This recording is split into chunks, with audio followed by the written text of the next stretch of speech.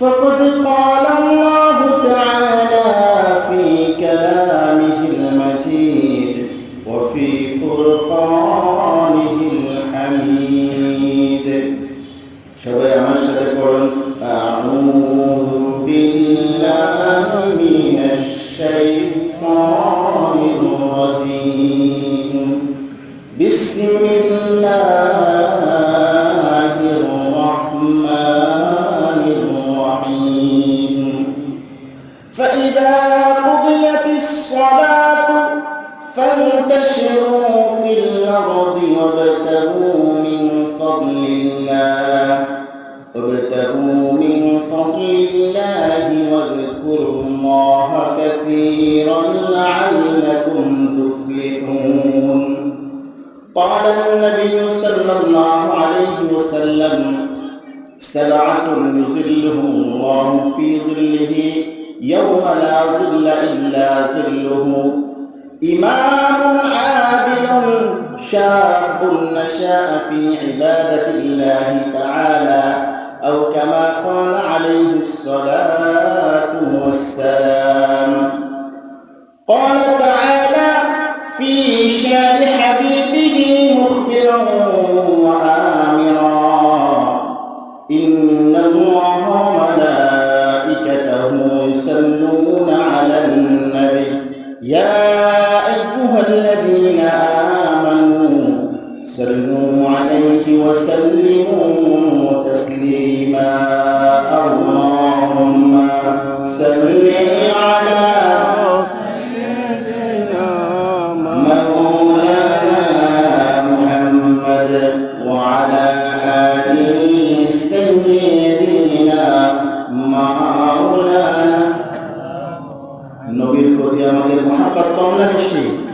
তাহলে আমরা মহব্বত নিয়ে পড়ব, আল্লাহুম্মা সাল্লি আলা সাইয়্যিদিনা মাওলানা মুহাম্মদ ওয়া আলা আলি সাইয়্যিদিনা মাওলানা মুহাম্মদ। বিশ্বভুবনে যাহা কিছু আছে সবই মানিও তার প্রভুকে। দুনিয়ার মানুষ শুধু যে বেহুশ মানিল না তার আল্লাহকে। আল্লাহুম্মা সাল্লি আলা মাওলানা মুহাম্মদ ওয়া আলা আলি সাইয়্যিদিনা মাওলানা بلغ العلا بجماله كشف الدجى بجماله حسنت جميع خصاله صلوا عليه قدموا بمصطفى کی قدموں میں مصطفیٰ کی میرا مزار ہوتا او کھا کے پاکے ہوتی میں کھا کے زار ہوتا بلغ العلا بکمالہ کشف الدجى بجمالہ حسنت جميع خصالہ اللهم آمين. ربنا ظلمنا أنفسنا وإن لم تغفر لنا وترحمنا لنكونن من الخاسرين. আল্লাহ তাআলা মহিয়ান গরিয়ান সর্বশক্তিমান আল্লাহ চান্দাবাজার আল মদিনা জামি মসজিদ কমিটির উদ্যোগে আয়োজিত এই তাফসীরুল কোরআন মাহফিলকে তুমি কবুল আর মঞ্জুর করে নাও। আল্লাহ তাআলা এই মাহফিলের আয়োজন যারা করেছেন আর শোনার জন্য দূর দূরান্ত থেকে যারা এসেছেন, এই মাহফিলকে কাল কিয়ামতের দিন কঠিন মুসিবতের সময় আমাদের প্রত্যেকের নাজাতের ওসিলা বানিয়ে দাও আল্লাহ। আল্লাহ তাআলা দাড়ি পাকা মুরব্বি যুবক তরুণ ভাইরা এখানে উপস্থিত হয়েছেন, আল্লাহ তাআলা মাহফিলের শুরু থেকে শেষ পর্যন্ত আমাদেরকে উপস্থিত থাকার তৌফিক দিয়ে দাও। আল্লাহ তাআলা প্রত্যেকটি দিনে প্রত্যেকটি মুহূর্তে আমাদের আমলগুলো বারাকা দিয়ে তুমি ভরপুর করে দাও। আমাদের প্রত্যেকের মা বাবাকে তুমি মাফ করে দাও। আমিন। রব্বিরহামহুমা কামা রাব্বায়ানি সগীরা। রব্বুল আলামিন এই সময় মনে পড়ে বিশ্ববরণ্য আলেমে দ্বীন হযরতুল আল্লাহ মরহুম আল্লামা দেলোয়ার হোসেন সাঈদী, যিনি তাফসীরুল কোরআন মাহফিলের প্রবর্তক। আল্লাহ তাআলা বাংলার জমিনে কত কোরআনুল কারীমের কথা বলেছেন, আজকে দুনিয়ায় নাই। মেহেরবানি করে তাকে তুমি শাহাদাতের মর্যাদা দিয়ে দাও। আল্লাহ তাআলা তার অনেক ছাত্র, অনেক তার অনুসারী রয়েছে, মেহেরবানি করে বাংলার প্রতিটি জনপদে তাফসীরুল কোরআন মাহফিল যেন আরো বেশি বেশি হতে পারে সেই ব্যবস্থা করে দাও। আল্লাহ তাআলা আমাদের প্রত্যেকের নেক মাকাসিদ গুলো পুরা করে দাও। ইয়া রব করম তু মগর করে ও বাতে জুবা কো जो दिल पर असर करे। रब्बना तकब्बल मिन्ना इन्नका अंतस समीउल अलीम व तुब अलैना इन्नका अंतत तव्वाबुर रहीम। सुब्हान रब्बिका रब्बिल इज्जति अम्मा यसिफून व सलामुन अलल मुरसलीन वल्हम्दुलिल्लाहि रब्बिल आलामीन। जनाब साहिब सदर চান্দাবাজার আল মদিনা জামি মসজিদ কমিটির উদ্যোগে আয়োজিত তাফসীরুল কোরআন মাহফিলের সভাপতিত্ব করছেন আমার পাশেই বসা হযরতুল আল্লাহ মাওলানা মিজানুর রহমান সাহেব। আজকে এই মাহফিলে প্রধান মেহমান হিসেবে তাকরীর পেশ করার কথা রয়েছে বিশ্ববরণ্য আলেমে দ্বীন হাজীগঞ্জ ঐতিহ্যবাহী কামিল মাদ্রাসা হেড মুহাদ্দিস জনাব আবু নসর আশরাফী সাহেব, মাওলানা আবু সাঈদ সাহেব সহ আরো অন্যান্য উলামায়ে কেরামগণ। সম্মানিত প্রিয় হাজিরিন, মুসল্লিয়ান কেরাম, আমি আপনাদেরকে আবারও সালাম দিচ্ছি, আসসালামু আলাইকুম ওয়া রাহমাতুল্লাহি ওয়া বারাকাতুহু। ওয়া আলাইকুম আসসালাম। আমরা মাহফিলে আসতে পেরে, বসতে পেরে, উপস্থিত হতে পেরে আমরা খুশি না বাজার? খুশি। যে আল্লাহ তাআলা আমাদেরকে সৃষ্টি করেছেন, আমাদের সৃষ্টি করেছেন কে? আল্লাহ। সে আল্লাহকে আমাদের দেখছেন না? দেখছেন না? সুতরাং আমরা কি ভালো কাজে আছি না খারাপ কাজে? ভালো কাজে। বিশ্বনবী বলেছেন খায়রুল বাকাই মাসাজিদুন ওয়া শাররুল বাকাই আসওয়াকুন। পৃথিবীর শ্রেষ্ঠ জায়গা হচ্ছে মসজিদ। এই মসজিদে আসলে নোংরা কথা বলা যায় না, একজন আরেকজনকে গালি দেয় না। আর দোকান হচ্ছে এমন নিকৃষ্ট জায়গা যেখানে গীবতের চর্চা হয়, কথা ঠিক না বাঠে? সুতরাং আমরা ভালো কাজে না খারাপ কাজে? ভালো কাজে। আমরা কোন কাজের পক্ষে? ভালো কাজের পক্ষে না খারাপ কাজের পক্ষে? ভালো কাজে। ইনশাআল্লাহ আমরা যারা এসেছি আমরা কি শেষ পর্যন্ত থাকতে রাজি আছি? আল্লাহ তাআলা আমাদের শেষ অবধি এই কোরআনুল কারীমের তাফসীর মাহফিলকে সফল করার তৌফিক দান করুন সবাই বলে আমিন। সম্মানিত হাজিরিন, আজকে আমরা এই মাহফিল করতে পারছি, স্বাধীনভাবে কথা বলতে পারছি। বিগত 17টি বছর আমাদের মুখ বন্ধ করে দেওয়া হয়েছিল।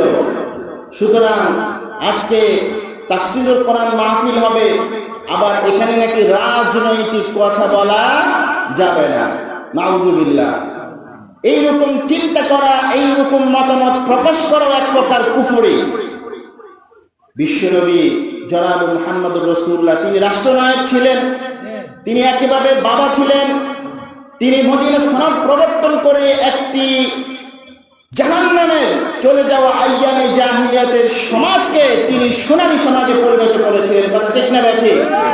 সুতরাং তিনি যেই সংবিধান দিয়ে, যে কিতাব দিয়ে তিনি আইয়ামে জাহিলিয়াকে দূর করেছিলেন, সেই কিতাবের নাম কি? আল কোরআন। সেই কিতাব এখন আমাদের মাঝে আছে না নাই? সুতরাং আমরা কি কোরআনের পক্ষে থাকতে রাজি আছি?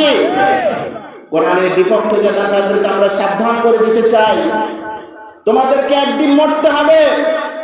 এই পৃথিবীতে কোনো ব্যক্তির অনুসরণ করতে পারে না। একজন ব্যক্তির আপনি কি অনুসরণ করবেন? বেটা নামাজ পড়ে না, রোজা করে না। আপনি যদি তার পুরা বডি স্ট্রাকচারের দিকে তাকান, কি আছে? পেটে আছে কতগুলো ময়লা, নাকে আছে কতগুলো ময়লা। ওই লোক ঠিক মতো নামাজ পড়তে গিয়ে অজু ঠিক মতো হয়েছে কি হয় নাই, ইমাম সাহেবের পিছনে নামাজ পড়তে গিয়ে কখনো কখনো রাকাত ছুটে যায়, কথা ঠিক না?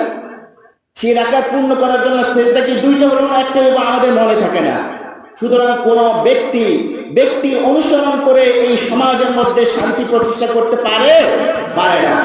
এই সমাজের মধ্যে শান্তি প্রতিষ্ঠা করতে হবে একমাত্র কেবলমাত্র একটি সংবিধান, সেটি হচ্ছে কোরআনুল কারীম। এই কোরআনুল কারীম যার উপরে নাজিল হয়েছে তার নাম কি? মুহাম্মদুর রাসূলুল্লাহ সাল্লাল্লাহু আলাইহি ওয়াসাল্লাম। দেখুন, এখানে যারা আমার বাবার বয়সে অনেকেই বসে আছেন, সাধারণ ভাষায় আমরা বোঝার চেষ্টা করি। ধরুন আমাদের এখানে এই যে মাইক, এই মাইক যিনি অপারেটিং করেন তিনি তো ভালো জানেন মাইকটা কতটা ভালো চলবে না খারাপ চলবে, তাই না?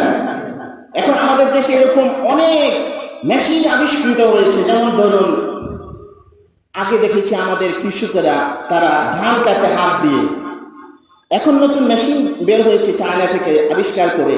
আপনি যদি একটা মেশিন কিনেন সমাজের জন্য, এই মেশিনটা কিভাবে চলবে, এটা শুধুমাত্র মেশিন কিনলেই হবে না, এই মেশিনের একটা ক্যাটালগ দেওয়া হয়েছে। সেই মেশিনের ক্যাটালগে বলে দেওয়া হয়েছে এটা কিভাবে চলবে। এটাকে আরো সহজ করবার জন্য সাথে একজন ইঞ্জিনিয়ার, একজন দক্ষ লোককে পাঠিয়ে এটাকে সিস্টেম দেখিয়ে দেওয়া হয়েছে যে কিভাবে এই মেশিনটা চলবে। সুতরাং আমি বোঝাতে চাচ্ছি, আল্লাহ তাআলা কোরআনুল কারীম সুদীর্ঘ 23টি বছর ধরে নাযিল করলেন এবং বিশ্বনবীকে পাঠিয়ে দিলেন এই কোরআনের কোথায় কোথায় কি আছে। এই কোরআন এমন এক কিতাব, যেই কিতাবের মধ্যে কোনো সন্দেহ নেই, কোনো সংশয় নেই। আল্লাহ তাআলা বলছেন, যালিকাল কিতাবু লা রাইবা ফীহি হুদাল লিল মুত্তাকিন। আল্লাহু আকবার। শুধুমাত্র এই কোরআন মসজিদে বসে তেলাওয়াত করবার জন্য নয়, এই কোরআন বুকের সাথে তেলাওয়াত করে চুমু খাওয়ার জন্য নয়, এই কোরআনুল কারীম হচ্ছে হাদা বায়ানুল লিন্নাস। আল্লাহ তাআলা আরো বলেছেন, ওয়ানাজ্জালনা আলাইকাল কিতাবা তিবয়ানাল লিকুল্লি শাইইন ওয়া হুদান ওয়া রাহমাতান ওয়া বুশরা লিল মুসলিমিন। আল্লাহু আকবার, আল্লাহু আকবার। একজন নারী তার রন্ধনশালায় কিভাবে রান্না করবে, একজন শিক্ষক কিভাবে করে শিক্ষা দেবে, একজন ছাত্র কিভাবে কি শিখলে পরে তার জীবন শুরু হবে, আল্লাহ তাআলা কোরআনুল কারীমের মধ্যে বলে দিয়েছেন। সুতরাং একেবারে রাষ্ট্র পর্যন্ত সমস্ত বিষয়, রন্ধনশালা শুরু করে সমাজ, রাষ্ট্র, পরিবার, সমস্ত জায়গায় সমাজটা কিভাবে চললে পরে সেখানে শান্তি প্রতিষ্ঠিত হবে, আল্লাহ তাআলা এই কোরআনের মধ্যে বলে দিয়েছেন না দেন নাই? কিন্তু আমরা হচ্ছি পাপী, আমরা পরকপাল, আমরা সেটা খুঁজি না। আমরা খুঁজি মানুষের মধ্যে। যে বেটা নামাজ পড়ে না, যে বেটা কর্মী পরিচালনা করার জন্য কি করে, যুবকদের হাতে মদ দিয়ে দেয়, জেনা করার জন্য নারীদেরকে তাদের ভোগ করার জন্য দিয়ে দেয়, অস্ত্র দিয়ে দেয়, এইরকম নেতা দিয়ে এই সমাজের জীবন পরিবর্তন করা যাবে? যাবে। এই জন্য কোরআনের কাছে ফিরে আসতে হবে। আমার আজকে আলোচনার মূল বিষয়, আমি চিন্তা করেছি যেহেতু আমি মূলত এই পাড়ারই এলাকারই সন্তান, কিন্তু আমি ঢাকাতে থাকি, আমি যুবকদের উদ্দেশ্যে কিছু কথা বলতে চাই। কেন বলা দরকার? আজকে তো হলো রোববার, গত শনিবার আমরা ডক্টর মিজানুর রহমান আজহারি সহ আমরা এই যে সোহরাওয়ার্দী উদ্যানে মাস পর গাঁজা করেছি। এর আগেও অনেক ইসলামী আন্দোলন, বাংলাদেশ জামাত ইসলামী সহ সারা বিশ্বে আমরা একাত্মতা ঘোষণা করেছি। আমরা কি বলেছি? আমরা তাকবীর দিয়েছি। সবাই দিয়ে তাকবীরটা বলুন তো, লিল্লাহি তাকবীর, আল্লাহু আকবার, লিল্লাহি তাকবীর, আল্লাহু আকবার, লিল্লাহি তাকবীর, আল্লাহু আকবার। ফ্রি ফ্রি ফিলিস্তিন, ফিলিস্তিন ফিলিস্তিন জিন্দাবাদ, ফিলিস্তিন ফিলিস্তিন জিন্দাবাদ, ফ্রি ফ্রি গাজা। আমরা স্লোগান দিয়েছি না? এরপরে আমরা বলেছি ইসরায়েলি পণ্য আমাদেরকে বর্জন করতে হবে। দেখুন, আমরা খানিকটা চিন্তা করলে বুঝতে পারি, এই যে মাইক দিয়ে যে আমরা কথা বলছি, মাইক কার আবিষ্কার? ইহুদিদের আবিষ্কার। এই যে লাইট, ইহুদিদের আবিষ্কার। এই যে মোবাইল, ইহুদিদের আবিষ্কার। সমস্ত কিছু আপনি খুঁজলে দেখবেন যে ইহুদিদের আবিষ্কার। সুতরাং আমরা ইসরায়েলি পণ্য অবশ্যই ঈমানের দাবিতে আমাদের বর্জন করতে হবে, বয়কট করতে হবে। কিন্তু মুসলমানদের কি আছে? যখন আপনার পানির অভাবে পানি খাওয়া লাগবে না, আপনার যখন আপনি ইন্টারন্যাশনাল কমিউনিকেশন করবেন, ইন্টারন্যাশনালি যোগাযোগ করার জন্য আপনার কি জিনিসের দরকার হবে না?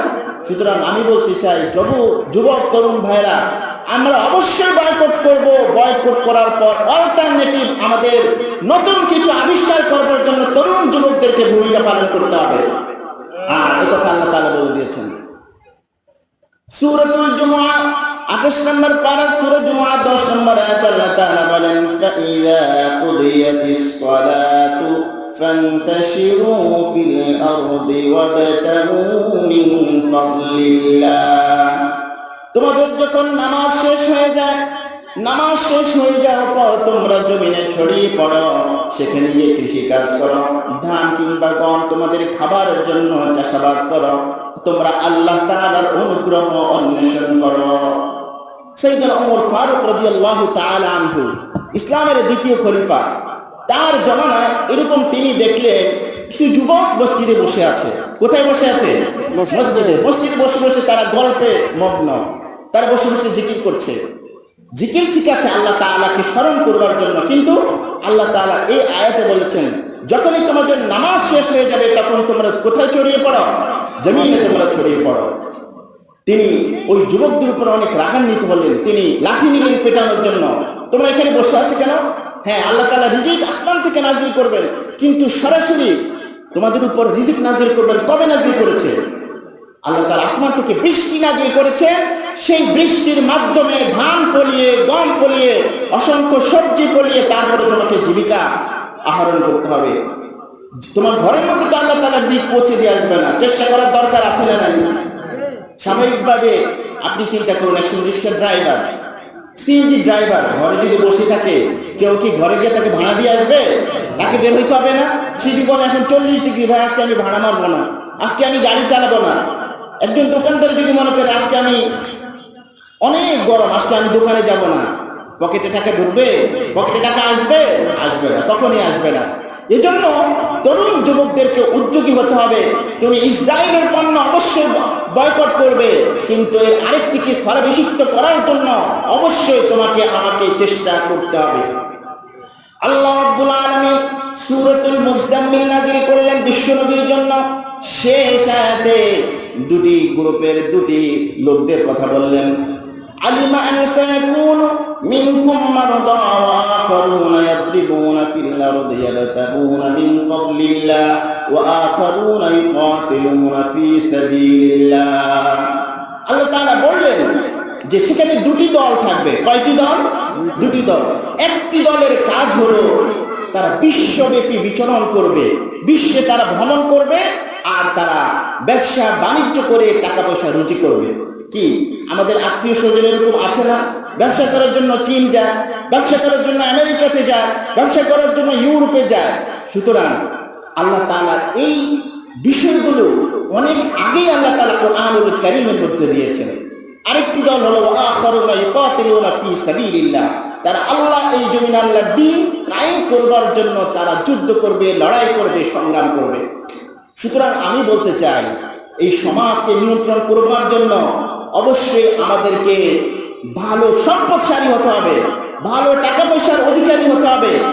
টাকা পয়সার অধিকারী হওয়া মানে এটি না জুলুম করে আরেকজনের অন্যায়ভাবে হারাম কোন অর্জন আমাদের মাঝে আসবে। কথা ঠিক না ঠিক? হালালভাবে আমাদেরকে রুজি করতে হবে। আল্লাহ তাআলা আমাদেরকে সুন্দর দুটি হাত দিয়েছেন, সুন্দর দুটি পা দিয়েছেন, চোখ দিয়েছেন। এগুলোকে কাজে লাগিয়ে অবশ্যই আমাকে রিজিকের সন্ধানে বের হতে হবে, অন্যথায় আল্লাহ ঘরের মধ্যে রিজিক পৌঁছে দিবেন না। আমি এই কথা কেন বললাম? আজকে এই সমাজে আমাদের শুধুমাত্র তরুণ না, তরুণদের উঠতি বয়সী যারা আছে সবাই কি সেই ইহুদিদের আবিষ্কার করা যে স্মার্টফোন, কম্পিউটার, ল্যাপটপ, টিভি, আমাদের চিন্তা চেতনাগুলো এখানে সীমাবদ্ধ হয়ে গিয়েছে। সারাদিন ফেসবুক চ্যাটিং করছে, ইউটিউব নানানভাবে এই যে তার সময়গুলোকে অপচয় করছে। কিছুদিন পূর্বে সৃজনশীল পরীক্ষার নামে আমাদের তরুণ এই যে ছাত্র ছাত্রীদেরকে অবমূল্যায়ন করা হয়েছে। তারা কম্পিউটার দেখে দেখে প্রশ্নের উত্তর লিখতে হতো। আল্লাহ তাআলা আমাদেরকে 5 আগস্টের পর আরেকটি শিক্ষা ব্যবস্থা আসতেছে, যেখানে আগের মতো সেই প্রতিযোগিতা হবে, প্রতিযোগিতার মাধ্যমে মেধার মূল্যায়ন হবে ইনশাআল্লাহ। এজন্য আমি বলতে চাই, এই মেধাকে কাজে লাগাতে হবে। এই মেধাকে কেন কাজে লাগানো দরকার? দেখুন, আল্লাহ তাআলা নামাজের কথা বলেছেন না? কোরআনুল কারীমে নামাজের কথা কয়বার আসছে? আকিমুস সালাহ 82 বার আসছেন, 82 মতান্তর 83। এরপরেই কিন্তু আল্লাহ তাআলা বলছেন ওয়াতুজ যাকাত, যেখানে তিনি নামাজের কথা বলেছেন ঠিক একই জায়গায় আবার যাকাতের কথা বলেছেন। এখন আপনাকে আমাকে তো আল্লাহ তাআলা বলেছেন নামাজ পড়ো, যাকাত দাও। আমরা তো যাকাত দেই না, আমরা যাকাত খাই। কথা ঠিক না ঠিক? আমরা যাকাত খাওয়ার জন্য এই যে আমাদের সমাজের যারা মানুষ আছে, আমরা কয়জনই যাকাত দেই? যাকাত দেই না। যাকাত দেওয়ার জন্য আমাদেরকে সম্পদশালী হতে হবে। কেন সম্পদশালী হতে হবে? আপনি ওই যে ইসরায়েলের বিরুদ্ধে সংগ্রাম করবেন, কাশ্মীরের বিরুদ্ধে আপনি সংগ্রাম করবেন, আপনি যে লেবাননের বিরুদ্ধে সংগ্রাম করবেন, সংগ্রাম করার জন্য অস্ত্র লাগবে না? অস্ত্র লাগবে না? লাগবে না? লাগবে। আল্লাহ তাআলা অস্ত্রের কথা কোরআনে বলেছেন। আপনি ফতোয়া নেন, সূরাতুল আনফাল 60 নম্বর আয়াতে আল্লাহ রাব্বুল আলামিন শুধু তরুণ নয়, যুবক নয়, এমনকি পৃথিবীর সমস্ত মানুষকে উদ্দেশ্য করে আল্লাহ রাব্বুল আলামিন বলেন ওয়াআইদ্দু লাকুম মাসতাতা'তুম মিন কুওয়াতিন ওয়া মিন রিবাতিল খাইল তুরহিবুনা বিহি আদুওয়াল্লাহি ওয়া আদুওয়াকুম ওয়া আখারিনা মিন দুনিহিম। তোমরা প্রতিরোধ করো, তোমরা প্রতিবাদ করো, মাসতাতা'তুম মিন কুওয়াহ, তোমাদের শক্তি দ্বারা। কে বলছেন এই কথা? আমার বানানো কথা? আমার বানানো কথা নয়। 10 নম্বর পারা 3 নম্বর পৃষ্ঠা সূরাতুল আনফাল 60 নম্বর আয়াত আল্লাহ তাআলা বলছেন তোমরা প্রস্তুতি নাও, প্রতিবাদ করো। কি দিয়ে? শক্তি দিয়ে। এবং আল্লাহ তাআলা বলছেন অমির রিবাতিল খাইল, তোমরা ঘোড়ার আস্তাবল তৈরি করো, মানে ঘোড়ার খামার তৈরি করো। ঘোড়ার খামার তৈরি করলে কি হবে? ঘোড়ার খামার তৈরি করলে যেখান থেকে শুধুমাত্র ঘোড়া বাহন হিসেবেই ব্যবহার হবে না। মরুভূমিতে আমাদের একমাত্র বাহন ছিল কি? উট, এবং বর্তমানে হচ্ছে ঘোড়া। সুতরাং এগুলো আমাদের বাহন হিসেবে কাজে লাগবে। আবার এগুলোর প্রোডাকশন হবে, এগুলো বাচ্চা জন্ম দিবে। সুতরাং বাচ্চা জন্ম দিলে সেরকম এই যে উটের দুধ, ঘোড়ার যে বাহন হিসেবে মানুষের এগুলো কাজে লাগবে এবং এগুলো থেকে মানুষ অনেক উপকৃত হবে। কি বলে? কেউ যদি একটা ঘোড়ার ফার্ম দেয়, সেখানে অনেক মানুষ লাগবে। এটা কিভাবে তার খাবারের ব্যবস্থা করা যায়, আবার এটা কিভাবে বিক্রি করা যায়, ঘোড়াকে কিভাবে বাহন হিসেবে ব্যবহার করা যায়, উটের খামার যদি করা হয়, উটের দুধ মানুষের কাছে বিক্রি করা হবে, আবার এই উট দিয়ে মানুষের বিভিন্ন বাহনের কার্যক্রম করা হবে। আল্লাহ তাআলা বলছেন যে তোমাদের শক্তি সামর্থ্য দিয়ে তোমরা কি করো? এরকম উটের আস্তাবল তৈরি করো। তুরহিবুনা বিহি আদুওয়াল্লাহ ওয়া আদুওয়াকুম ওয়া আখারিনা মিন দুনিহিম। আল্লাহ তাআলা বলছেন যে এতে করে কি হবে? যারা আল্লাহ তাআলার শত্রু, তোমাদের শত্রু এবং অন্যান্য শত্রু যারা, তারা তোমাদের কি হবে? তারা ভয় পাবে। কি দেখেন না, এই সমাজের মধ্যে অস্ত্র যার কাছে থাকে তাকে ভয় পায় না। বর্তমান যে ইরানকে সেই সুপার পাওয়ার আমেরিকাকে ভয় পায় না। কেন পায়? তার কাছে পরমাণু অস্ত্র আছে। অস্ত্র থাকার কারণে এই জন্য তাকে ভয় পায়। এই জন্য আমাদেরকে আল্লাহ তাআলা বলছেন তোমরা বিভিন্ন ফার্ম করো। আমি শুধু ঘোড়ার ফার্মের কথা বলছি না, বিভিন্ন গরুর ফার্ম, গাভীর ফার্ম, মুরগির ফার্ম, মাছের ফার্ম, এই সমস্ত খামার তৈরি করলে পরে এটার জন্য কিন্তু BA পাস, MA পাস, ওরকম ডক্টরেট ডিগ্রি অর্জন করা লাগে না। এটা সাধারণ একটা ট্রেনিং নিয়েই কিন্তু এগুলো অর্জন করা যায়। এটা আমি কেন বললাম? দেখুন, এখানে আল্লাহ তাআলা কিন্তু আমাদের যুবক যারা, এই যুবক তরুণদের মাধ্যমে কিন্তু এই সমাজের বিপ্লব হয়েছে। কথা ঠিক না ঠিক? বৈষম্য বিরোধী ছাত্র আন্দোলনে যারা নেতৃত্ব দিয়েছে তারা কি? তার যুবক না তরুণ? যুবক। তাদের মাধ্যমে আমরা এইরকম একটি সোনালী দেশ পেয়েছি। সুতরাং তরুণ যুবকদেরকে এখানে সবচেয়ে বেশি ভূমিকা পালন করতে হবে। ইসলামের প্রাথমিক যুগ যে বিষয়গুলো, সেগুলো যদি আমরা আলোচনা করি, ইসলামের বিজয় হয়েছে কাদের মাধ্যমে? ইসলামের বিজয় হয়েছে তরুণ যুবকদের মাধ্যমে। প্রথম খলিফা হযরত আবু বকর রাদিয়াল্লাহু তাআলা আনহু, তিনি পুরুষদের মধ্যে সর্বপ্রথম ইসলাম গ্রহণ করেছিলেন। তিনি যখন ইসলাম গ্রহণ করেন তখন তার বয়স কত ছিল? মাত্র 37 বছর। এবং যুবকদের মধ্যে ইসলাম গ্রহণ করেছে হযরত ওমর ফারুক রাদিয়াল্লাহু তাআলা আনহু, তার বয়স ছিল মাত্র 17 বছর। আব্দুর রহমান ইবনে আউফ, তার বয়স ছিল মাত্র 17 বছর। এবং ছোটদের মধ্যে, কিশোরদের মধ্যে সর্বপ্রথম যিনি ইসলাম গ্রহণ করেছেন তার নাম হচ্ছে হযরত আলী রাদিয়াল্লাহু তাআলা। সুতরাং দেখবেন ইসলামের বিজয় এসেছে তরুণ যুবকদের মাধ্যমে। এজন্য আমাদেরকে তরুণ যুবক যারা আছে, এখানে আমরা অনেকেই বড় হয়ে গেছি, তার মানে আমাদের কোনো কাজ নাই, বিষয়টা এরকম নয়। এই তরুণ যুবকদেরকে কাজে লাগাতে হবে, তাদেরকে অর্থ দিয়ে, বুদ্ধি দিয়ে, তাদেরকে শ্রম দিয়ে আমাদেরকে কাজে লাগাতে হবে। তাহলে এই সমাজের পরিবর্তন করবার জন্য আমরা যে চেষ্টা তদবির করছি সেটা আমাদের কাজে লাগবে।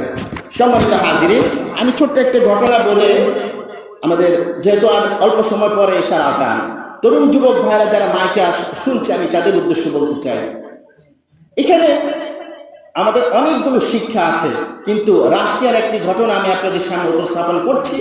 এটা যথেষ্ট অথেন্টিক কোনো সোর্স না থাকলেও এখান থেকে আমাদের জন্য শিক্ষা আছে। রাশিয়ার এক দার্শনিক, তার কাছে এরকম এক তরুণ তার কাছে গেলেন। সেই তরুণ ছিল মাস্টার্স করা, এমএ পাস করা, তার কাছে গেল চাকরির জন্য। সে অনেক জায়গায় চাকরি ইন্টারভিউ দিয়েছে, কিন্তু তার চাকরি হয় না। না হওয়ার কারণে সে অনেক দিন অনেক কষ্ট করে, অনেক চেষ্টা তদবির করে ওই দার্শনিক, যে সেই দার্শনিকের সাথে আবার সরকারের আমলা পর্যায়ে সবার সাথে ভালো একটা সম্পর্ক ছিল, যার কারণে সে তার কাছে গেল।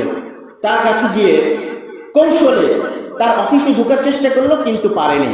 তার অফিসের পিয়নকে অনেক ব্যবস্থা করে, অনেক ম্যানেজ করে তার সে অফিসে সে রাতের বেলা লুকিয়েছিল। লুকিয়ে থাকার পর ওই লোকটি রাতে আবার গবেষণা করতেন। রাতের গভীরে সে টেবিলের নিচ থেকে লুকানো ছেলেটি, মাস্টার্স করা, গ্রাজুয়েট করা ছেলেটি ওই লোকের সামনে এসে হাজির। তিনি অবাক যে তুমি আমার অফিসে কিভাবে আসলে, এত রাত, এত গভীর রাত তুমি আমার অফিসে কিভাবে আসলে? সেই যুবক বলল, জনাব, স্যার আমি এসছি এই জন্য আমি জানি স্বাভাবিকভাবে আমার কোনো চাকরি হবে না। আমি অনেক জায়গায় ইন্টারভিউ দিয়েছি, অনেক জায়গায় আমি ইন্টারভিউ ফেস করেছি, চেষ্টা করেছি, কোথাও কিন্তু আমার চাকরি হয় না। না হওয়ার কারণে আপনি যদি একটু মেহেরবানি করে আমাকে সুপারিশ করে দেন, হয়তো আপনার সুপারিশ করার কারণেই কিন্তু আমার চাকরি হয়ে যাবে। সেই দার্শনিক তাকে ডেকে বললেন, ও যুবক, তুমি লেখাপড়া করেছ, তুমি সার্টিফিকেট অর্জন করেছ, কিন্তু কোনো চাকরি পাও নেই। তাহলে এক কাজ করো, তুমি আমার কাছে আসো। আমার এক ফ্রেন্ড আছে, আমার এক বন্ধু আছে, সে মানুষের অঙ্গ প্রত্যঙ্গ নিয়ে, মানুষের অর্গান নিয়ে কাজ করে, এগুলো সে কেনা বেচা করে। তুমি যদি তোমার একটা হাত যদি তোমার এই শরীর থেকে কেটে দাও, তাহলে আমি বলবো তাকে তোমাকে $1 মিলিয়ন দেওয়ার জন্য। যুবককে প্রশ্ন করার পর যুবক রাজি না। বলা হলো, কি তুমি রাজি আছো? যুবক চুপ করে আছে। এরপর বললো, ও আচ্ছা, তোমার টাকা পয়সা মানে আরো বেশি দরকার, তাহলে এক কাজ করো, তোমার আরেক হাত তুমি দিয়ে দাও। তুমি যদি 2 হাতেই কেটে দাও, তাহলে তুমি অনেক বিলিয়ন টাকা পাবে। সেই যুবককে বলার পর এরপর যুবক চুপ করে বসে আছে। বললো যে আচ্ছা, তোমার আরো যদি বেশি টাকা দরকার হয়, তাহলে এক কাজ করো, তোমার 2টি পা থেকে 1টি পা কেটে দাও, তাহলে তুমি 3টি অঙ্গ বিক্রি করার কারণে তুমি অনেক হাজার বিলিয়ন তুমি টাকা পাবে। এরপরে যুবকের সেই অন্তর চক্ষু খুলে যায়। যুবক বুঝতে পারে যে স্যার, আমি বুঝতে পেরেছি যে সৃষ্টিকর্তা, যে আল্লাহ আমাকে 2টি হাত দিলেন, আমাকে 2টি পা দিলেন, আমার এই অঙ্গ যদি আমি বিক্রি করে দিই, তাহলে এই সমাজের মধ্যে তো আমি আর চলতে পারবো না। এই জন্য এই 2টি হাত, 2টি পা, শুধুমাত্র 2টি হাত কেন, আল্লাহ তাআলা আমাদেরকে পুরো শরীরটাই আমাদেরকে নিয়ামত হিসেবে দান করেছেন। বলুন না সুবহানাল্লাহ। সেই যুবকের চোখ খুলে যায়। তারপর সেখান থেকে বের হয়ে বলে যে, ওই যুবক, যাও, তোমার এই আল্লাহর দেওয়া, সৃষ্টিকর্তার দেওয়া 2টি নিয়ামত, চোখ, 2টি নিয়ামত হাত, 2টি নিয়ামত পা দিয়ে তুমি এখনই ঝাঁপিয়ে পড়ো। পৃথিবীতে কোনো কাজের অভাব হবে না, তুমি যেখানেই যাবে সেখানেই তুমি সফলতা অর্জন করবে। এই জন্য এই যুবকদেরকে আমি বলতে চাই, শুধুমাত্র আমরা আমাদের এই সমাজের মধ্যে এত অধঃপতন কেন? এই অধঃপতনের কারণ এগুলোই। আমরা চাকরির পিছনে 24-30 বছর দৌড়াই, আমার চাকরি হয় না। আবার অনেকেই চাকরিতে ব্যর্থ হয়ে তারপরে বিদেশ চলে যায়, আবার যখন 50-60 বছর হয় আবার দেশে ফিরে আসে। কর্মমুখী হয় না, কর্মঠোক হয় না। যার কারণে আমি বলতে চাই, আমাদের এই সমাজ পরিবর্তন করবার জন্য অবশ্যই আমাদের কর্মের দরকার আছে, উদ্যুক্ত হওয়ার দরকার আছে। ছোট ছোট পানি ফ্যাক্টরি হতে পারে, ছোট ছোট ড্রিঙ্কসের ফ্যাক্টরি হতে পারে। আজকে কোকা কোলা নিষিদ্ধ করব, তার জায়গায় আরেকটি খাবার আমাদের তৈরি করার দরকার আছে না? এজন্য আমাদের এইরকম ছোট ছোট উদ্যোক্তা হয়ে তারপরে আমাদেরকে ইসলামী বিপ্লব করার জন্য অবশ্যই আসতে হবে। আল্লাহ তাআলা বলেছেন আকিমুস সালাহ ওয়া আতুজ যাকাত, যাকাত দেওয়ার জন্য আমাদেরকে এইরকম আমাদের শক্তি সামর্থ্য অর্জন করতে হবে। আরে মিয়া, আপনি সমাজ নিয়ন্ত্রণ করতে চান, ইসলামী আইন বাস্তবায়ন করতে চান, এমন কি পাওয়ার আছে আপনার? যেখানে মসজিদ নির্মাণ হয়েছে সেখানে আপনি কন্ট্রিবিউশন করেছেন কিনা? যেখানে মসজিদ নির্মাণ হয়েছে সেখানে কন্ট্রিবিউশন করেছেন কিনা? সেরকম শক্তি সামর্থ্য তো আপনার নাই। না থাকার কারণে আপনি তো কথা বলতে পারবেন না, আপনি তো এতিমের মতো থাকবেন। যার কারণে আমাদের এইরকম শক্তি সামর্থ্য অর্জন করবার জন্য চেষ্টার দরকার আছে না নাই? আমরা যদি হালালভাবে চেষ্টা করি, আমাদের কাজে এই কর্মে রিজিকের মধ্যে বারাকা দিবেন কে? আল্লাহ। তবে সেই রকম অকৃতজ্ঞ সম্পদশালী হওয়া যাবে না কারুনের মতো। ইন্না কারুনা কানা মিন কওমি মূসা ফাবাগা আলাইহিম, যে কারুন অনেক সম্পদের মালিক হয়েছিল, কিন্তু আল্লাহ তাআলা শুকরিয়া আদায় করার না কারণে আল্লাহ তাআলা তাকে কি করেছেন? জমিনের মধ্যে আল্লাহ তাআলা দাবিয়ে দিয়েছেন। এজন্য আল্লাহ তাআলা শুকরিয়া আদায় করব, সম্পদের মালিক হব, তাহলে আল্লাহ তাআলা আমাদেরকে ইসলামের বিধান দিয়েছেন, সেই বিধান আমরা প্রতিষ্ঠা করার জন্য সকলে আমরা অগ্রণী ভূমিকা পালন করতে পারব। সর্বশেষ আমি হাদিস থেকে আপনাদের সামনে তরুণ যুবকদের করণীয় সম্পর্কে আরো একটি হাদিস বর্ণনা করে আমি আমার আলোচনা শেষ করতে চাই। ইসলামের প্রাথমিক বিজয় আমরা যে তরুণ যুবকদের মাধ্যমে পেয়েছি। অসংখ্য সাহাবায়ে কেরাম আছেন। হযরত ওমর ফারুক রাদিয়াল্লাহু তাআলা আনহু, আমরা কার উত্তরসূরি? সালাউদ্দিন আইয়ুবের উত্তরসূরি, আমরা হচ্ছি জামালউদ্দিন আফগানের উত্তরসূরি, আমরা হচ্ছি খালিদ বিন ওয়ালিদের উত্তরসূরি। সুতরাং আমাদের এই তরুণ যুবকরা যারা আছে, তাদের জীবনের টার্গেট কি? তারা কেন এই দেশে ইসলামী বিপ্লবের জন্য তারা চেষ্টা করবে? কেন করবে? বিশ্বনবী জনাবে মুহাম্মদ রাসূলুল্লাহ সাল্লাল্লাহু আলাইহি ওয়াসাল্লাম তিনি অসংখ্য জিহাদে অংশগ্রহণ করেছেন, অসংখ্য গাজওয়ায় তিনি নেতৃত্ব দিয়েছেন। এমন একজন সাহাবী হচ্ছেন আব্দুল উজ্জা রাদিয়াল্লাহু তাআলা আনহু। বিশ্বনবী যখন মক্কা থেকে মদিনায় হিজরত করলেন, মদিনাকে গিয়ে একটি সোনালী রাষ্ট্র পরিচালনার জন্য তিনি যখন পরিকল্পনা করলেন, বিভিন্ন যুদ্ধে অংশগ্রহণ করছেন, বিশ্বব্যাপী তার দাওয়াতি কাজ শুরু হয়ে গেল। সেই দাওয়াতের একটি প্রভাব এসে পড়ল মক্কার আব্দুল উজ্জার কাছে। নাম কি? আব্দুল উজ্জা। ইসলাম গ্রহণের পূর্ব নাম হচ্ছে আব্দুল উজ্জা। আব্দুল উজ্জা ছোটবেলায় তার বাবাকে হারিয়েছে। বাবাকে হারানোর পর তার ছোট চাচার কাছে লালিত পালিত হতো। এই চাচার কাছে লালিত পালিত হওয়া অবস্থায় ইসলামের সুসংবাদ তার কাছে আসলো। ইসলামের সুসংবাদ আসার পর ধীরে ধীরে সে ইসলামকে বোঝার চেষ্টা করলো। যখন তরুণ যুবক সে অবস্থায় সে চাচার কাছে গিয়ে সুপারিশ করলো, চাচা, আমি তো এরকম মুহাম্মাদের নাম শুনেছি, এক ইলাহের দাওয়াত দিচ্ছে, তাওহীদের দাওয়াত দিচ্ছে, আপনি কি সে কালেমার দাওয়াত কবুল করবেন? চাচা ছিল মুশরিক, বিদ্বেষী। চাচা একথা শুনে রাগে ফায়ার হয়ে গেল। বলল যে, হ্যাঁ, তুমি মুহাম্মাদের ধর্ম গ্রহণ করতে চাও? তুমি মুহাম্মাদের অনুসারী হতে চাও? না, আমি তোমাকে এক্ষুনি আমার এই বাড়ি থেকে তোমাকে তাড়িয়ে দিব। যেহেতু তার বাবা আগে ইন্তেকাল করেছে, তার যে ওয়ারিসি সম্পদ ছিল সেই সম্পদের মালিকও সে ছিল। কিন্তু যখন আব্দুল উজ্জা ইসলামের কথা বলল, মুহাম্মাদের কথা বলল, কালেমার কথা বলল, তখন তাকে ত্যায্য করে দেওয়া হলো। ত্যায্য নয় শুধু, সেই চাচা তাকে ঘর থেকে বের করে দিল, এমনকি পরনের লুঙ্গিটি পর্যন্ত তার কাছ থেকে কেড়ে নিয়েছিল। আব্দুল উজ্জা ইসলামের ছায়াতলে আসলো। কালেমার দাওয়াত পাওয়ার পর বিশ্বনবীর কাছে দেখা করার জন্য উদ্গ্রীব হয়ে গেল, আকুল হয়ে গেল। তারপর এইরকম একটি তরুণ যুবক নিজের সম্পদের মায়া ত্যাগ করলো। শুধু তাই না, এমনকি তার শরীর যত বস্ত্র ছিল সমস্ত বস্ত্র ত্যাগ করে পরনের লুঙ্গি পর্যন্ত চাচার কাছে রেখে দৌড়ে গেল মায়ের কাছে। কার কাছে গেল? মায়ের কাছে যাওয়ার পর মা তখন মুসলমান হয়নি। জিজ্ঞেস করলো, ও বাবা, আব্দুল উজ্জা তোমার এরকম অবস্থা কে করেছে? আব্দুল উজ্জা বলল, এই অবস্থা আমার চাচা করেছে। আমি মুহাম্মদ সাল্লাল্লাহু আলাইহি ওয়াসাল্লামের কথা বলেছি, কালেমার দাওয়াতের কথা বলেছি, ঈমানের কথা বলবার কারণে চাচা আমাকে সমস্ত সম্পত্তি থেকে আমাকে বঞ্চিত করেছে। নাউযুবিল্লাহ। আব্দুল উজ্জা মাকে ডেকে বলল, মা তুমি আমাকে পরনের জন্য পারলে কোন এক পরিধান বস্ত্র আমাকে দাও। সবাই ছিল গরিব। তার মা একটি ছেঁড়া কম্বল তার দিকে অন্যদিকে তাকিয়ে তার কাছে ফিকে মারলো। ফিকে মারার পর আব্দুল উজ্জা সেই কম্বলটিকে দুটি ভাগে ভাগ করে নিজের লজ্জাস্থান ঢেকে দিল, আর একটি অংশ দিয়ে গা ঢেকে তারপর সেই ঘর থেকে মুহাম্মাদের উদ্দেশ্যে রওনা করলো। অনেক কষ্ট করে, অনেক পরিশ্রম করে মদিনা মুনাওয়ারার দিকে রওনা হলো।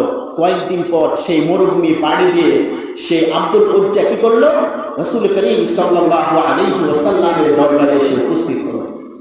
গভীর রাত, বিশ্বনবী জনাবে মুহাম্মদ রাসূলুল্লাহ সাল্লাল্লাহু আলাইহি ওয়াসাল্লাম যখন তাহাজ্জুদের সালাত আদায় করবার জন্য তিনি গভীর রাত যখন মসজিদে নববীর দিকে রওনা হলেন, নিজের ঘর থেকে সামনে দেখলেন একটি তরুণ যুবক এইরকম জীর্ণ শীর্ণ একটি বস্তা গায়ে দিয়ে বসে আছে। জিজ্ঞেস করলো, ও আব্দুল্লাহ তুমি কে?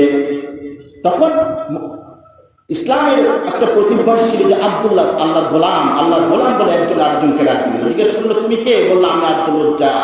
আব্দুল উজ্জাকে সাথে নিয়ে নবীজি আহলে সুফার সদস্য যারা এরকম অনেক গরিব, যারা ইসলাম গ্রহণ করবার কারণে সমাজ থেকে যারা বিতাড়িত হয়েছে, যারা ত্যায্য হয়েছে, এরকম অনেককে নিয়ে আহলে সুফা গঠিত হয়েছিল। সে আহলে সুফার সদস্য করে দিলেন। বললেন যে এখানে অবস্থান করো, যদি খাবারের ব্যবস্থা হয় তাহলে খাবার খাবে, অন্যথায় এখানে বসে বসে আল্লাহর জিকির করো। সবাইকে বলে দিলেন, এই তোমাদের ভাই, এর নাম হচ্ছে আব্দুল উজ্জা, কিন্তু এর নাম আব্দুল উজ্জা নয়, এর নাম হচ্ছে এখন থেকে আব্দুল্লাহ। এর নাম কি? আব্দুল্লাহ। পরবর্তীতে হাদিসের ভাষায় এসেছে তার নাম হচ্ছে আব্দুল্লাহ জুলবাজাদাইন। তিনি সেখানে বড় হতে লাগলেন। বড় হতে হতে নবম হিজরিতে যখন তাবুকের যুদ্ধের ডাক আসলো, 30,000 সৈন্য নিয়ে সেখানে বিশ্বনবী সাহাবীদেরকে নিয়ে তাবুকের যুদ্ধের জন্য প্রস্তুতি গ্রহণ করছিলেন। তাবুকের যুদ্ধ মারাত্মক যুদ্ধ ছিল। রোম সম্রাট এমনকি ইসলামের শত্রুরা সবাই মিলে মদিনাকে ধ্বংস করবার জন্য তারা পরিকল্পনা গ্রহণ করেছিল। তাবুকের যুদ্ধের ডাক এসে গেল। হযরত ওসমান রাদিয়াল্লাহু তাআলা আনহু, ওমর রাদিয়াল্লাহু তাআলা আনহু, আবু বকর রাদিয়াল্লাহু তাআলা আনহু, বিখ্যাত সাহাবী প্রত্যেকেই যার কাছে যতটুকু ছিল সবাই সম্পদ ইসলামের পথে দান করতে লাগলো তাবুকের যুদ্ধের জন্য। বলা হয়েছে হযরত ওসমান রাদিয়াল্লাহু তাআলা আনহু 2900 উট দান করেছেন। এভাবে করে সকল সাহাবী যখন ইসলামকে বিজয় করবার জন্য নিজের সবচেয়ে প্রিয় বস্তুটি দান করতে লাগলেন, আব্দুল উজ্জা পূর্ব নাম আব্দুল্লাহ জুলবাজাদাইন দেখলেন তিনি কি দান করবেন, তার কাছে তো দান করার মতো কিছুই নাই। তিনি বিশ্বনবীর কাছে এসে কান্না শুরু করলেন, ইয়া রাসূলুল্লাহ, অমুক সাহাবী তো এটা দিচ্ছে, অমুক সাহাবী তো এটা দিচ্ছে, আমি কি দিব? আমার কাছে দেওয়ার মতো তো কিছুই নাই। বিশ্বনবী তাকে সান্ত্বনা দিলেন। সান্ত্বনা দেওয়ার পর সেখানে সেই ক্লান্তময় বিশ্বনবীকে ডেকে বললেন, ইয়া রাসূলুল্লাহ, সবাই সব কিছু দিয়ে ইসলামকে বিজয় করার জন্য চেষ্টা করছে, আমি আমার জীবনটা ইসলামের পথে দিয়ে আমি শহীদ হতে চাই। আল্লাহু আকবার। তিনি তার মনে আকুতি বিশ্বনবীর কাছে পেশ করলেন। পেশ করার পর বিশ্বনবী তাকে ডাকলেন। যুদ্ধে যাওয়ার জন্য সবাই প্রস্তুতি হচ্ছে, সবাই উদ্গ্রীব, সবাই উল্লসিত। তারপর বিশ্বনবী তাকে অনেক মুহাব্বত করতেন। মুহাব্বত করার কারণে তাকে বললেন, ও আব্দুল্লাহ, তুমি যুদ্ধে অংশগ্রহণ করবে, সেখানে তুমি শাহাদাতের পেয়ালা পান করতে চাও, কিন্তু আমি চাই তুমি যুদ্ধের বিজয়ী বীর বেশে ফিরে আসো। বিশ্বনবী বললেন, যাও, ওই গাছ থেকে গাছের একটি বাকল কেটে নিয়ে আসো। গাছের একটি বাকল কেটে নিয়ে আসা হলো। কেটে নিয়ে আসার পর তারপর তার হাতে বিশ্বনবী বেঁধে দিলেন। বেঁধে দিয়ে আল্লাহকে সাক্ষী রেখে বললেন, ও আল্লাহ, তোমার কাছে আব্দুল্লাহ জুলবাজাদাইনকে আমি কাফেরদের রক্ত হারাম করে দেওয়ার জন্য তোমার কাছে আমি প্রার্থনা করছি। সুবহানাল্লাহ।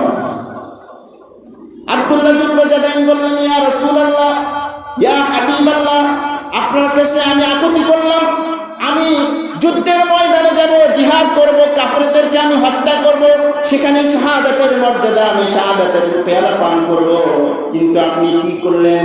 আমাকে কাফেরদের জন্য আমার রক্তকে হারাম করে দিলেন। বিশ্বনবী বললেন, ও আব্দুল্লাহ জুলবাজাদাইন, তোমার টেনশন করার কোনো কারণ নাই, চিন্তা করার কোনো কারণ নাই। আমি তোমাকে বলছি, তুমি যদি জিহাদের জন্য প্রস্তুতি গ্রহণ করো, জিহাদের জন্য তোমার যদি খালিস নিয়ত থাকে, আর জিহাদের ময়দানে গিয়ে শহীদ না হলো তুমি যদি ঘরে বসো, তুমি যদি অসুস্থ হয়ে যাও, জ্বরে আক্রান্ত হও, তারপরও আল্লাহ রাব্বুল আলামিন তোমাকে শাহাদাতের মর্যাদা দিয়ে দিবেন।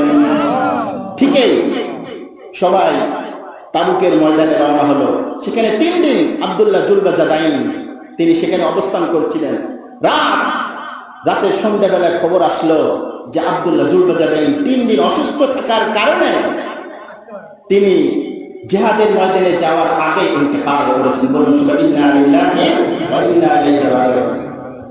বিশ্বনবীর কাছে খবর আসলো। বিশ্বনবীর কাছে খবর আসার পর বললেন যে তোমরা তাকে নিয়ে আসো, আমি তার জানাজা পড়াবো। বিশ্বনবী আব্দুল্লাহ জুলবাজাদাইনের জানাজা পড়ালেন। নিজ হাতে তাকে কবরস্থ করার জন্য তিনি গেলেন। তিনি কবরে চলে গেলেন। দূর থেকে দেখা গেল 5 মিনিট পর আজান হবে, ইনশাআল্লাহ সোয়াটা জামাত হবে। দূর থেকে দেখা গেল কবরের মধ্যে কে যেন একজন সাদা দবদবে মানুষ দাঁড়িয়ে আছে। দেখা গেল অন্য 2 জন সাহাবী আব্দুল্লাহ জুলবাজাদাইনের লাশ নিয়ে কবরের দিকে রওনা হলো। দূর থেকে প্রশ্ন করা হলো যে ওই সাদা লোকটিকে।